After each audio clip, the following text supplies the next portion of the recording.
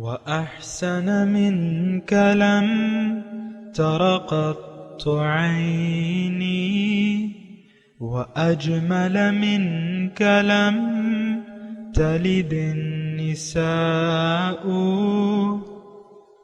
خلقت مبرأ من كل عيب خلقت مبرأ من كل عيب كأنك قد خلقت كما تشاء كتاب أنزلناه إليك مبارك ليدبروا آياته وليتذكر أولو الألباب.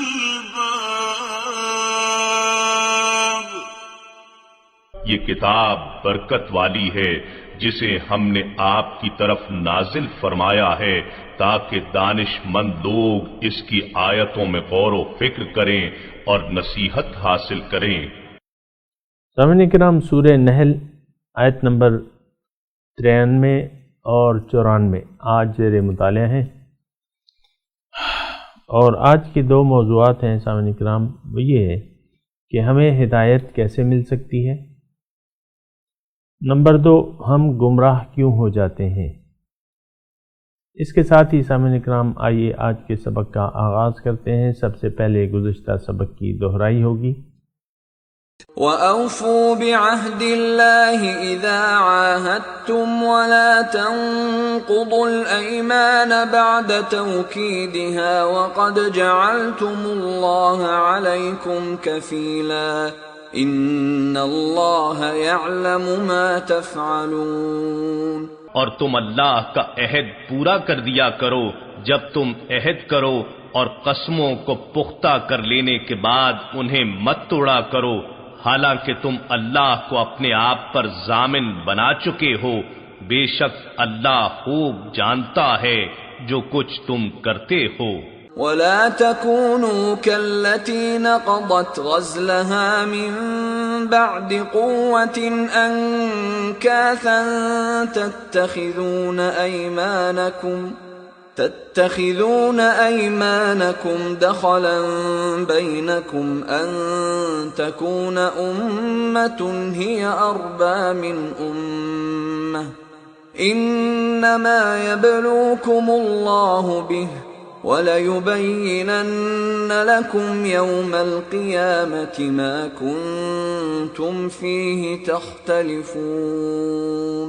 اور اس عورت کی طرح نہ ہو جاؤ جس نے اپنا سوت مضبوط کاٹ لینے کے بعد توڑ کر ٹکڑے ٹکڑے کر ڈالا. تم اپنی قسموں کو اپنے درمیان فریب کاری کا ذریعہ بناتے ہو تاکہ اس طرح ایک گروہ دوسرے گروہ سے زیادہ فائدہ اٹھانے والا ہو جائے. بات یہ ہے کہ اللہ بھی تمہیں اسی کے ذریعے آزماتا ہے، اور وہ تمہارے لیے قیامت کے دن ان باتوں کو ضرور واضح فرما دے گا جن میں تم اختلاف کیا کرتے تھے. سامعین، سورہ نحل آیت نمبر 93 لفظی ترجمہ. وَلَوْ شَاءَ اللَّهُ، اگر اللہ چاہتا، لَجَعَلَكُمْ أُمَّةً وَاحِدَةً، تو تمہیں ایک امت بنا دیتا. وَلَكِنْ يُضِلُّ مَن يَشَاءُ، لیکن اللہ تعالیٰ گمراہی پہ چھوڑ دیتے ہیں جو خود چاہتا ہے. وَيَهْدِي، اور ہدایت دیتے ہیں، مَن يَشَاءُ، جو خود چاہتا ہے. وَلَتُسْأَلُنَّ، اور یقیناً تم سے پوچھا جائے گا، عَمَّا كُنْتُمْ تَعْمَلُونَ، جو عمل تم کرتے تھے. اللہ. سامعین کرام، سورہ نحل توحید، رسالت اور آخرت کے مضامین بیان ہوئے. اس کے بعد جو ہے مسلمانوں کے لیے ایک راہ عمل، یعنی جو توحید کے ماننے والے ہیں، جو رسالت کے ماننے والے ہیں، جو آخرت کے ماننے والے ہیں، ان کے لیے اللہ تعالیٰ ایک راہ عمل، ان کے معاشرتی زندگی کے لیے ایک راہ عمل بتا رہا ہے. اور مضمون آپ نے سنا کہ ان اللہ یأمر بالعدل والاحسان وایتاء ذی القربى وینہی عن الفحشاء والمنکر والبغی یعظکم لعلکم تذکرون۔ یہ پھر قسم کی بات ہوئی، ولا تنقض الایمان بعد توکیدہا وقد جعلتم اللہ علیکم وکیلا۔ تو اس کی بات ہوئی، وہی بات چلی آ رہی ہے۔ آج جو مضمون ہے سامعین کرام تھوڑا سا مختلف بھی ہے اور تسلی والا بھی ہے۔ تسلی اس میں یہ ہے کہ بعض اوقات یہ ہوتا ہے کہ انسان، جیسے کہ حضور صلی اللہ علیہ وسلم ہمارے حدیث تھے، افانت تکرہ الناس ولو کانوا لا یؤمنون او کما قال، اس قسم کی آیت ہے۔ پھر سورہ طٰہٰ ما انزلنا علیک القرآن لتشقى ان هو الا تذکرۃ لمن یخشی، اے طٰہٰ میں نے آپ کو یہ قرآن اس لیے نہیں نازل کیا ہے کہ آپ مشقت میں پڑ جائیں، یہ تو ایک نصیحت ہے جو ڈرے۔ پھر دوسری جگہ اللہ تعالیٰ فرماتا ہے کہ آپ کے ذمہ پہنچانا ہے اور حساب کتاب میرے ذمہ ہے۔ عام طور پہ یعنی انسان چونکہ اللہ تعالیٰ کی معرفت نہیں رکھتے اکثر انسان، تو یہ حرص پیدا ہوتی ہے کہ کاش یہ سب لوگ مومن ہوتے، یہ نظام ٹھیک ہوتا، سب لوگ ہدایت پہ ہوتے۔ تو بات جو اصولی بات ہے، یہ بات سمجھ لینی چاہیے کہ کسی کی ہماری بندگی کرنے یا نہ کرنے سے اللہ تعالیٰ یعنی اس کی ذات پہ کوئی فرق نہیں پڑتا۔ یہ تو اللہ تعالیٰ کی ایک چاہت تھی جو اس نے ہمیں پیدا کیا، یہ کائنات بنائی ہمارے لیے، اور پھر ہمیں سیدھا راستہ دکھایا پیغمبروں کے ذریعے، اور پھر کہہ دیا وَقُلِ الْحَقُّ مِن رَبِّكُمْ فَمَنْ شَاءَ فَلْيُؤْمِنْ وَمَنْ شَاءَ فَلْيَكْفُرْ۔ دیکھو حق تو رب کی طرف سے ہے، جس کا جی چاہے ایمان لے آئے اور جس کا جی چاہے انکار کر دے۔ تو اللہ تعالیٰ نے جبر نہیں رکھا ہے، لا اکراہ فی الدین سے بالکل واضح ہوتا ہے کہ دین میں کوئی جبر نہیں ہے، یعنی دین کی اختیار کرنے میں کہ آپ اللہ تعالیٰ کو اپنا مقصود بناتے ہیں یا نہیں بناتے۔ ایک اور حدیث کی طرف میں آپ کی توجہ دلاتا ہوں جس کا مفہوم کچھ یوں ہے کہ من احب لقاء اللہ احب لقاءہ ومن کرہ لقاء اللہ کرہ لقاءہ، جس نے اللہ تعالیٰ کی ملاقات کو پسند کیا اللہ تعالیٰ بھی اس کی ملاقات کو پسند کرے گا، اور جس نے ناگوار سمجھا اللہ کی ملاقات کو اللہ تعالیٰ بھی اس کی ملاقات کو ناگوار سمجھے گا۔ یعنی زبردستی نہیں ہے، اللہ تعالیٰ کے ہاں کوئی زبردستی، زور زبردستی والی بات نہیں ہے۔ اور باقی رہی لوگوں کے ایمان لانے کی بات، اللہ تعالیٰ فرماتا ہے کہ اگر میں چاہتا تو یہ سب لوگ، ان کو میں ہدایت پر ہی پیدا کر دیتا۔ یعنی مثال کے طور پہ نہ کوئی نفس ہوتا نہ شیطان ہوتا، اور اس کی فطرت میں یعنی فطرتاً اس کو میں مجبور پیدا کر دیتا، جیسے کہ باقی کائنات ہے سامعین اکرام۔ لیکن اللہ تعالیٰ نے انسان کو پیدا ہی اس لیے کیا ہے کہ میں نے اس کو اختیار دینا ہے۔ یہ اختیار جو ہے اسی کی وجہ سے انسان جو ہے باقی مخلوقات سے فرق رکھتا ہے۔ اللہ تعالیٰ نے قرآن میں فرمایا ہے کہ اِنَّا عَرَضْنَا الْأَمَانَةَ عَلَى السَّمَاوَاتِ وَالْأَرْضِ فَأَبَيْنَ أَن يَحْمِلْنَهَا وَأَشْفَقْنَ مِنْهَا وَحَمَلَهَا الْإِنسَانُ، میں نے یہ امانت کو پیش کیا آسمانوں اور زمین پہ، اور اِنَّا عَرَضْنَا الْأَمَانَةَ عَلَى السَّمَاوَاتِ والجبال، ایسی کوئی آیت ہے، فَأَبَيْنَ أَن يَحْمِلْنَهَا، تو انہوں نے انکار کر دیا، یعنی مضبوط سے مضبوط پہاڑوں نے، آسمانوں نے، انہوں نے انکار کر دیا کہ یہ بار امانت ہم نہیں اٹھا سکتے۔ تو وَحَمَلَهَا الْإِنسان، اور انسان نے اس کو اٹھا لیا۔ تو یہ بار امانت ہے کیا؟ یہ سامعین کرام وہ اختیار ہے جو اللہ تعالیٰ نے انسان کو دیا ہے، اور یہ اختیار کیا ہے کہ تم اپنی فطرت یعنی کامیابی کا جو راستہ ہے تمہارا، سامعین کرام ذرا غور کریں، کامیابی کا جو تمہارا راستہ ہے اس سے میں تمہیں اختیار دیتا ہوں کہ تم اس سے انحراف کر سکتے ہو، یا تم اپنی فطرت کے خلاف کام کر سکتے ہو۔ ہماری فطرت جو ہے وہ اسلام ہے سامعین کرام، یعنی اللہ تعالیٰ کی جو دین ہے وہ ہمارا فطرت میں ہے، وہ دین فطرت ہے سامعین کرام۔ تو لیکن یہ ہے کہ اللہ تعالیٰ نے اختیار دیا ہے انسان کو کہ اگر تم اس کے خلاف چلنا چاہو تو تم کر سکتے ہو۔ تو یہاں وہ آیت جو ہم پڑھ رہے ہیں وَلَٰكِن يُضِلُّ مَن يَشَاءُ، لیکن اللہ تعالیٰ گمراہی پر چھوڑ دیتا ہے۔ لفظی ترجمہ اگر آپ اس طرح کریں تو وہ مناسب نہیں ہوگا، وَلَٰكِن يُضِلُّ مَن يَشَاءُ، لیکن اللہ تعالیٰ گمراہ کر دیتا ہے جس کو وہ چاہتا ہے۔ ایسی بات نہیں ہے، یہ حقیقت کے خلاف ہے کہ اللہ تعالیٰ یہ ہدایت یا گمراہی پہ اللہ تعالیٰ مجبور کر دیتا ہے۔ اس سے تو یہی اگر یہ معنی ہم لیں ظاہری معنی، تو اس سے یہی معنی نکلتا ہے کہ اللہ تعالیٰ ہدایت پر مجبور کر دیتا ہے یا گمراہی پر مجبور کر دیتا ہے جسے وہ چاہتا ہے۔ نہیں، بات یہ نہیں ہے۔ یہ دیکھیں قرآن کی تفسیر قرآن سے ہی ہوتی ہے۔ تو میں نے آپ کو جو ماقبل اس کے آیت سنائی تھی کہ وَقُلِ الْحَقُّ مِن رَبِّكُمْ، یہ دیکھیں عام پالیسی ہے، اور یہ ایک جگہ نہیں ہے، بہت جگہ ہے۔ وَقُلِ الْحَقُّ مِن رَبِّكُمْ، آپ کہہ دیجئے کہ لوگو حق تو تمہارے رب کی طرف سے آ گیا۔ اب فَمَن شَاءَ فَلْيُؤْمِنْ وَمَن شَاءَ فَلْيَكْفُرْ، جس کا جی چاہے ایمان لے آئے اور جس کا جی چاہے انکار کر دے۔ پھر آپ کو میں نے دوسری کہ لا اکراہ فی الدین، دین میں کوئی زبردستی نہیں ہے۔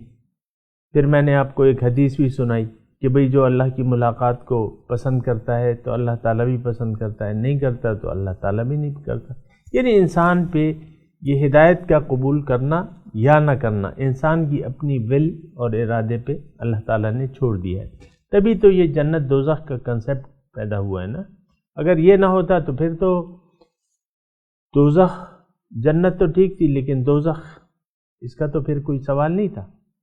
یعنی اگر اللہ تعالیٰ کسی کو مجبور کر دیتا گمراہی پہ تو پھر تو وہ نہیں، یعنی یا اللہ تعالیٰ فیصلہ کر دیتا تھا کسی کی گمراہی کا، تو پھر اس کو دوزخ دینا تو انصاف کے قریب نہیں ہے نا سامنے کرام۔ کہا رہا وَلَوْ شَاءَ اللَّهُ، یعنی اس میں مضمون یہ ہے کہ اللہ تعالیٰ یہ جو کچھ ہو رہا ہے یہ اللہ تعالیٰ کی مشیت کے مطابق ہو رہا ہے۔ لوگ اگر کوئی دین سے برگشتہ ہیں، اللہ تعالیٰ کو مقصود بنانا نہیں چاہتے، تو یہ عین اللہ تعالیٰ کی جو مرضی تھی کہ میں انسان کو با اختیار پیدا کروں گا، تو وہ اس کے مطابق کام ہو رہا ہے۔ اللہ تعالیٰ مجبور نہیں کرتا۔ ہاں یہ الگ بات ہے کہ جو لوگ اس پہ ایمان لے آتے ہیں ان کو اللہ تعالیٰ یہ حکم دیتا ہے کہ تأمرون بالمعروف وتنہون عن المنکر وتؤمنون باللہ، کہ تم نیکی کا حکم دو گے، برائی سے روکو گے، اور اللہ پہ تمہارا ایمان ہوگا۔ یعنی جو صاحب ایمان لوگ ہیں ان کے ذمے اللہ تعالیٰ نے یہ ڈیوٹی لگائی ہے کہ تم نے نیکی کا حکم دینا ہے، بھلائی کی طرف لوگوں کو بلانا ہے اور برائی سے روکنا ہے، جہاں جتنا بھی تم سے ہو سکے۔ اگر زبان سے تم کر رہے ہو، اگر ہاتھ سے ہو سکتا ہے تو نہیں، تم ہاتھ سے روکو۔ اور سامعین اکرام، اللہ تعالیٰ کی چاہت یہ ہے کہ اس زمین پہ اللہ تعالیٰ کا جو نظام ہے، جو کہ دین ہے، وہ غالب ہو۔ وَيَكُونَ الدِّينُ كُلُّهُ لِلَّهِ وَقَاتِلُوهُمْ حَتَّى لَا تَكُونَ فِتْنَةٌ وَيَكُونَ الدِّينُ كُلُّهُ لِلَّهِ، ان سے لڑو تاکہ فتنہ باقی نہ رہے۔ اللہ تعالیٰ فتنہ فساد نہیں چاہتا بس۔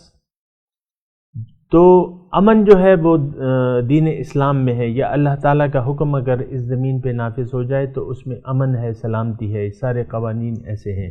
اللہ تعالیٰ نہیں چاہتا کہ زمین میں فساد ہو، فتنہ ہو، پھر اس کے خلاف وہ پھر الگ مضامین ہیں، میں پھر کسی وقت بیان کر دوں گا۔ لیکن آج کی جو ہم آیت پڑھ رہے ہیں، اللہ تعالیٰ اس میں فرماتا ہے کہ وَلَوْ شَاءَ اللَّهُ لَجَعَلَكُمْ أُمَّةً وَاحِدَةً، اگر اللہ تعالیٰ چاہتا تو تمہیں ایک امت بنا دیتا مجبوراً، ولیکن ایسا نہیں ہوا ہے اور نہ ایسا اللہ تعالیٰ کرنا چاہتا ہے۔ ولیکن یضل من یشاء، گمراہ کر دیتا، گمراہ ہو جاتے ہیں وہ لوگ جو خود چاہتے ہیں، اور ہدایت پا جاتے ہیں وہ لوگ جو خود ہدایت چاہتے ہیں۔ اس میں مضمون یعنی اگر ہم نچوڑ نکالیں تو اس کا یہ وہی آیت بنتی ہے جو آپ کو میں نے پہلے سنائی ہے، وَقُلِ الْحَقُّ مِن رَبِّكُمْ فَمَنْ شَاءَ فَلْيُؤْمِنْ وَمَنْ شَاءَ فَلْيَكْفُرْ۔ حق تو اللہ تعالیٰ کی طرف سے ہے، جس کا جی چاہے ایمان لے اور جس کا جی چاہے انکار کر دے۔ تو یہ بات ہے سامعین کرام، وَلَكِنْ يُضِلُّ مَن يَشَاءُ وَيَهْدِي مَن يَشَاءُ۔ تو یہ ذرا مضمون جو ہے بالکل واضح ہو جانا چاہیے۔ اس میں مضمون تھوڑا سا اس میں پنہا ہے کہ انسان کو برائی، دیکھیں نیکی اور برائی، روح کی طلب جو ہے یا روح فطرت میں ہمارے دین اسلام ہے، اللہ کی تڑپ ہے، اللہ کی محبت ہے۔ جو نفسانی تقاضے ہیں وہ ہمیں دنیا اور گناہ کی طرف مائل کرتے ہیں۔ تو پھر جب انسان باشعور ہو جاتا ہے تو اس کو اللہ تعالیٰ یہ کہتا ہے کہ تم عقل سے کام لو، تمہاری منزل کیا ہے تم یہ جانو اور مجھے پہچانو، اپنے آپ کو پہچانو۔ تو جس نے اپنے آپ کو پہچان لیا تو وہ اپنے رب کو پہچان جائے گا، اس کی حیثیت کو پہچان جائے گا۔ تو اس میں مضمون یہ ہے کہ انسان کو سوچنا چاہیے، تفکر، تذکر، تعقل، یہ تین چیزیں ہیں جس کی قرآن ہمیں دعوت دیتا ہے۔ افلا تعقلون، افلا تذکرون، افلا تتفکرون۔ تو یہ یا افلا یتدبرون القرآن، قرآن میں تدبر اللہ تعالیٰ اس کی دعوت دیتے ہیں کہ تم قرآن میں سوچو، پھر تم کائنات میں غور و فکر کرو۔ بہرحال تو اس میں مضمون یہ ہے کہ انسان کو سوچنا چاہیے۔ ہم تو جس ماحول میں رہ رہے ہیں سامعین کرام، اس میں عام طور پہ یہ ہو رہا ہے کہ ہم سوچتے نہیں ہیں، یعنی سوچ و بچار نہیں ہے ہمارے اس میں، ہمارے جو شیڈول ہے اس میں بلا سمجھے سوچے زندگی گزار رہے ہیں۔ یعنی ہم نے کبھی یہ نہیں سوچا کہ ہماری حقیقت کیا ہے اور ہماری منزل کیا ہے، کہاں جانا ہے ہم نے۔ بلا سوچے سمجھے جو نفسانی تقاضے ہیں اس کی طرف ہم دوڑے جا رہے ہیں، جو کہ انتہائی غلط ہے اور نہیں ہونا چاہیے ایسا، کیونکہ اگر نفسانی تقاضوں پہ ہم چلیں تو قرآن کی روح سے ہم پھر برباد ہو جائیں گے، یعنی اپنا مقصد زندگی نہیں حاصل کر سکیں گے اگر نفسانی تقاضوں پر چلے، اور اللہ تعالیٰ کو بھلا دیں گے، اور جس نے اللہ تعالیٰ کو بھلا دیا اس نے اپنے آپ کو بھلا دیا۔ تو یہ تھوڑا سا اس میں سوچنا چاہیے کہ اگر اللہ تعالیٰ نے گمراہی اور ہدایت انسان کے یا ہمارے اپنے اختیار میں رکھ دی ہے تو پھر ہمیں زندگی کی راہوں میں آگے بڑھنے سے پہلے سوچ لینا چاہیے کہ بھئی میں نے کدھر جانا ہے۔ ہم تو بے سوچے سمجھے بک ٹک دنیا اور مافیہا کی طرف دوڑے چلے جا رہے ہیں۔ ایسا نہیں ہے، ایسا نہیں ہونا چاہیے، کیونکہ دنیا ہماری منزل ہرگز نہیں ہے، ہماری منزل آخرت ہے، ہماری منزل اللہ ہے۔ تو یہ ذرا سوچ لینا چاہیے، اس میں تھوڑا سا مضمون یہ ہے۔ وَلَا تُسْأَلُونَ، اگر نہ سوچا پھر تو ہم غلط اعمال کریں گے، غلط مقصد کے لیے جینا شروع کر دیں گے، تو پھر ضرور اللہ تعالیٰ فرما رہے ہیں کہ میں تم سے پوچھوں گا تو اما کنتم تعملون، جو تم کرتے تھے۔ پھر نہ صرف پوچھوں گا اور پھر ان اعمال کی سزا یا جزا بھی، جو بھی تم کر رہے تھے اس کی میں سزا یا جزا تمہیں ضرور دوں گا۔ یعنی اگر ایک انسان نے عام طور پہ یہی ہوتا ہے سامعین کرام، آپ دیکھ لیں اپنے ماحول میں اس گرد رہنے والے لوگوں کو، بے سوچے سمجھے زندگی گزار رہے ہیں، بغیر سوچ سمجھ کے زندگی گزار رہے ہیں، تو پھر یہ ہے کہ آخرت سے غافل ہو گئے۔ اور یقیناً یعنی بہت آسانی سے آپ سمجھ سکتے ہیں آپ کے اپنے ماحول کو دیکھ کے کہ ہم آخرت سے غافل ہیں، اور یہ بات، یہ گلہ اللہ تعالیٰ بھی فرماتا ہے کہ یعلمون ظاہرا من الحیات الدنیا وہم عن الآخرت غافلون، یہ لوگ دنیا کے ظاہر کو تو سے واقف ہے لیکن آخرت یعنی حقیقت سے، آخرت باطن سے، باطنی کامیابی سے یہ غافل ہیں۔ تو سامعین کرام یہ ذرا سوچ لینا چاہیے، کیونکہ پوچھ گچھ تو ہے، وَلَا تُسْأَلُنَّ، اس میں تھوڑا سا آپ ذرا غور کریں، اس میں آیت میں ضرور میں تم سے پوچھوں گا، وَلَا تُسْأَلُنَّ عَمَّا كُنْتُمْ تَعْمَلُونَ، جو تم عمل کرتے تھے۔ پھر اللہ تعالیٰ فرما رہا ہے کہ وَلَا تَتَّخِذُوا أَيْمَانَكُمْ دَخَلًا بَيْنَكُمْ، تم اپنے وہ مضمون، سامعین کرام پہلے میں ترجمہ سنا دوں پھر دیکھتا ہوں۔ وَلَا تَتَّخِذُوا أَيْمَانَكُمْ دَخَلًا بَيْنَكُمْ، نہ بناؤ اپنی قسموں کو ذریعہ فساد کا، دخلاً ذریعہ فساد کا آپس میں، تو کیا ہوگا؟ فَتَزِلَّ قَدَمٌ بَعْدَ ثُبُوتِهَا، پھسل جائیں گے تمہارے قدم بعد مضبوطی کے، وَتَذُوقُ السُّوءَ، اور تم اس کا مزہ چکھو گے، پھر بما صددتم، برا مزہ چکھو گے، بما صددتم عن سبیل اللہ، کیونکہ تم روک رہے ہو لوگوں کو اللہ کے راستے سے، وَلَكُمْ عَذَابٌ عَظِيمٌ، اور تمہارے لیے عظیم عذاب ہے۔ سامعین کرام اگر یہ دیکھیں آیت کے سیاق و سباق، یعنی جو آیت ہم نے پڑھی اور پھر اس سے اوپر جو مضمون چلا آ رہا ہے 90 نمبر آیت سے، اور پھر اوفوا بعہد اللہ اذا عاہدتم، وہی مضمون چلا آ رہا ہے، بیچ میں اللہ تعالیٰ نے یہ ہمیں آج بتایا کہ تم دیکھو اپنی ہدایت کے بارے میں الرٹ ہو جاؤ، اگر تم ہدایت نہیں چاہتے تو تمہیں نہیں ملے گی، چاہتے ہو تو مل جائے گی، اگر گمراہی کا راستہ تم نے اختیار کر لیا تو پھر گمراہ ہو جاؤ گے۔ یہ وعدہ خلافی جو ہے سامعین اکرام، یہ اللہ کے رسول فرماتے ہیں لا ایمان لمن لا عہد لہ واوفوا بالعہد، اللہ تعالیٰ فرماتے ہیں کہ وعدے کی پاسداری کرو، ان العہد کان مسئولا، بے شک وعدے کے متعلق پوچھا جائے گا۔ تو یہ ظاہر ہے ہم سامعین اکرام زندگی جو گزار رہے ہیں اس میں کچھ نہ کچھ وعدے تو کرنے پڑتے ہیں، کسی سے بھی وعدے کرنے پڑتے ہیں، اور وعدہ اخلاق کے وعدے کی پاسداری ایک اعلیٰ اخلاقی اقدار میں شامل ہے، اور اخلاق کیا ہے؟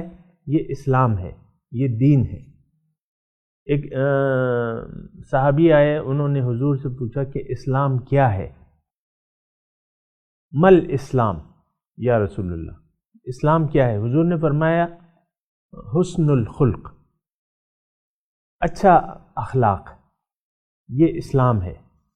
تو ظاہر ہے سامعین اکرام یہ تو یعنی دین کیا ہے؟ یہ ایک طرز زندگی ہے، اور طرز زندگی بہترین طرز زندگی وہ بہترین اخلاق ہوتا ہے۔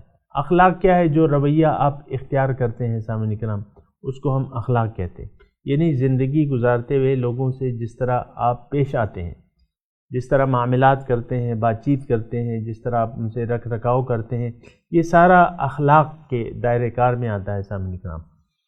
تو یہ ہے کہ وہ اخلاق جو ہے وہ اصل چیز ہے، یعنی اخلاق کی تکمیل۔ حضور صلی اللہ علیہ وسلم فرماتے ہیں کہ بعثت لأتمم مکارم الاخلاق، میں اس لیے آیا ہوں کہ اخلاق کی تکمیل کروں، اور حضور صلی اللہ علیہ وسلم کی جو صفت اللہ تعالیٰ نے بیان کی ہے وَإِنَّكَ لَعَلَىٰ خُلُقٍ عَظِيمٍ، آپ بہترین اخلاق کے مالک ہیں۔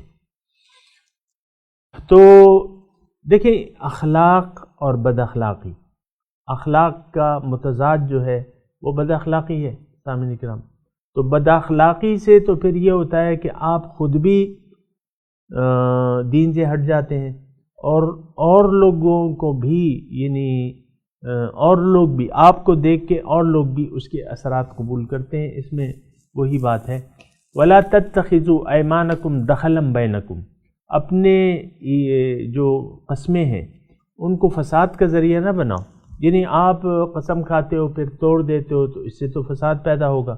تو کیا ہوگا؟ ایک تو تمہارا فَتَزِلَّ قَدَمٌ بَعْدَ ثُبُوتِهَا، تمہارے قدم پھسل جائیں گے بعد مضبوطی کے، یعنی اسلام کا تم نے دعویٰ کیا ہے، اللہ تعالیٰ کو مقصود و معبود اور محبوب بنا لیا ہے، اور تم اس پہ اپنے اعمال کر رہے ہو اور ایک عمارت جو بھی ہے تم نے بنا لی ہے، تو اب اس سے تمہارے قدم پھسل جائیں گے۔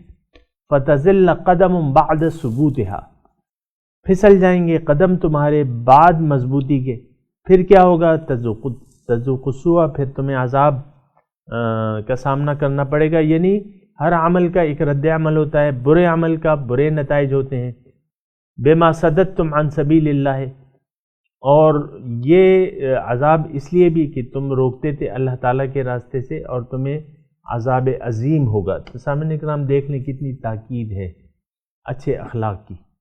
میں تلاوت کرتا ہوں، میرے ساتھ دہرائیے۔ اعوذ باللہ من الشیطان الرجیم،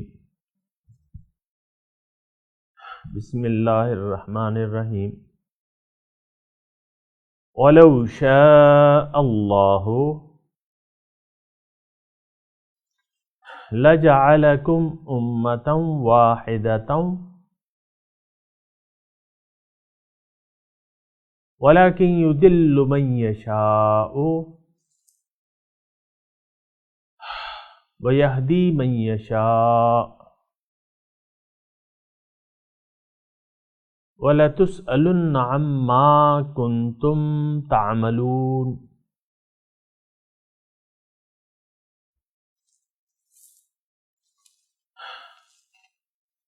وَلَا تَتَّخِذُوا أَيْمَانَكُمْ دَخَلًا بَيْنَكُمْ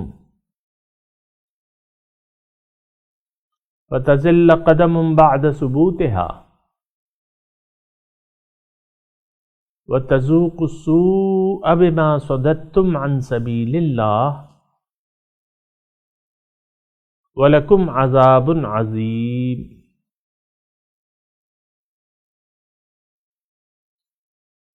سامعین کرام ترجمہ سنا دیجئے۔ وَلَوْ شَاءَ اللَّهُ، اگر اللہ چاہتا، لَجَعَلَكُمْ أُمَّةً وَاحِدَةً،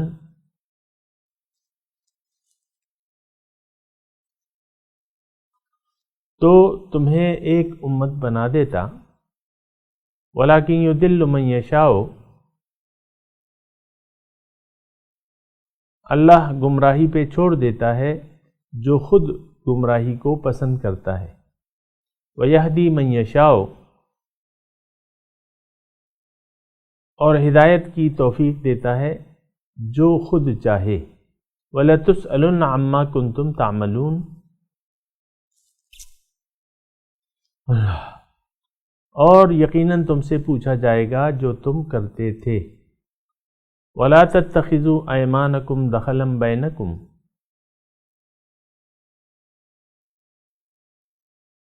نہ بناؤ اپنی قسموں کو آپس میں فساد کا ذریعہ۔ فَتَزِلَّ قَدَمٌ بَعْدَ ثُبُوتِهَا،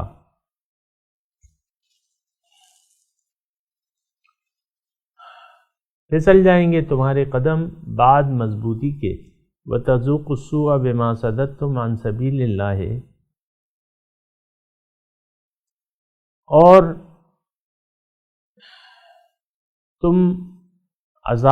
تم چکھو گے عذاب کا مزہ، بما صددتم، بسبب اس کے کہ تم روکتے تھے لوگوں کو اللہ کے راستے سے۔ وَلَكُمْ عَذَابٌ عَظِيمٌ، اور تمہارے لیے بڑا عذاب ہوگا۔ سامعین کرام اب ان آیات کی تلاوت اور ترجمہ سنتے ہیں۔ وَلَوْ شَاءَ اللَّهُ لَجَعَلَكُمْ أُمَّةً وَاحِدَةً وَلَكِن يُضِلُّ مَن يَشَاءُ وَيَهْدِي مَن يَشَاءُ وَلَتُسْأَلُنَّ عَمَّا كُنتُمْ تَعْمَلُونَ. Had God willed, He would have made you one congregation. But He leaves astray whom He wills, and He guides whom He wills. And you will surely be questioned about what you used to do. وَلَا تَتَّخِذُوا أَيْمَانَكُمْ دَخَلًا بَيْنَكُمْ فَتَزِلَّ قَدَمٌ بَعْدَ ثُبُوتِهَا وَتَذُوقُوا السُّوءَ بِمَا صَدَدتُّمْ عَن سَبِيلِ اللَّهِ وَلَكُمْ عَذَابٌ عَظِيمٌ. And do not use your oaths to deceive one another, so that a foot may not slip after being firm, and you taste misery because you hindered from God's path, and incur a terrible torment. اس کے ساتھ ہی آج کے درس کا وقت اختتام کو پہنچا.